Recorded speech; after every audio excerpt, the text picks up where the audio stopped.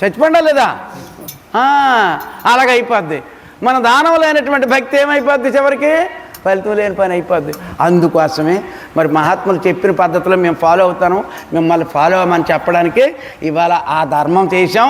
మీరు ఈ నెల నుండి మొదలు పెట్టియండి. 500 కూడింది, 500 కూడండి.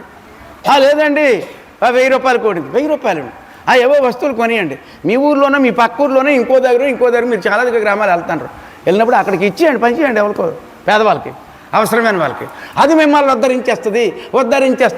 ఉద్ధరిస్తుంది మమ్మాటికి. దాన్ని మర్చిపోవద్దని చెబుతూ ఇప్పుడు గరుడ పురాణంలోకి అడుగు పెడదాం. మరి గరుడ పురాణం ఎక్కడి నుండి మొదలవుతుంది? మనిషి చనిపోయిన దగ్గర నుండి మొదలవుతుంది.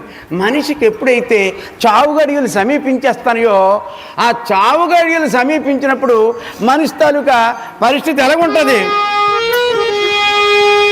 ఆయుగల్ల తీరినట్టి ఆ జీవుని యమభటులు, ఆయుగల్ల తీరినట్టి ఆ జీవుని యమభటులు, ఆయుగల్ల తీరినట్టి ఆ జీవికి యమభటులు.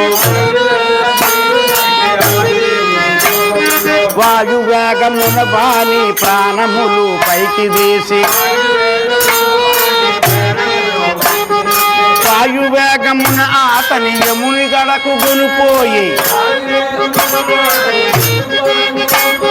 యమ దర్శనమైన వెనుక యదా చోటి కంకదడు, యమ దర్శనమైన వెనుక యదా అదిగో మొదలయ్యేనండి యమ బాధలు విధి ఫలములు తప్పవు.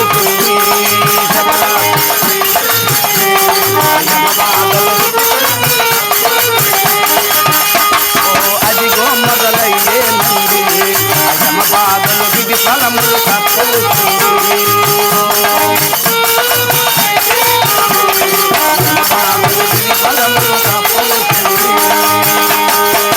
చూసారా, ఆయువు తీరిపోతున్నటువంటి ఆ చివరి క్షణానికి యమభటులు వచ్చేస్తారు ఆడి దగ్గరికి.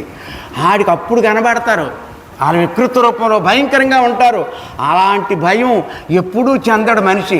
అసలు భయం అప్పుడు తెలుస్తుంది మనకి. ఇప్పుడు మనం భయపడుతున్న భయాలని పెద్ద భయాలేం కాదు. పుట్టి భయపడుతున్నట్టు నటిస్తాను.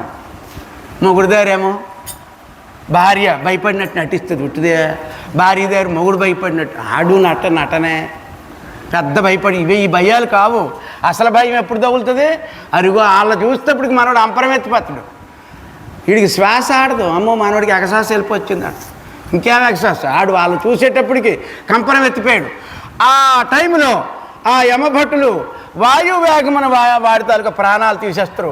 5 చోట్ల ఉంటాయి మన పంచి ప్రాణాలు అంటాం కదా. 5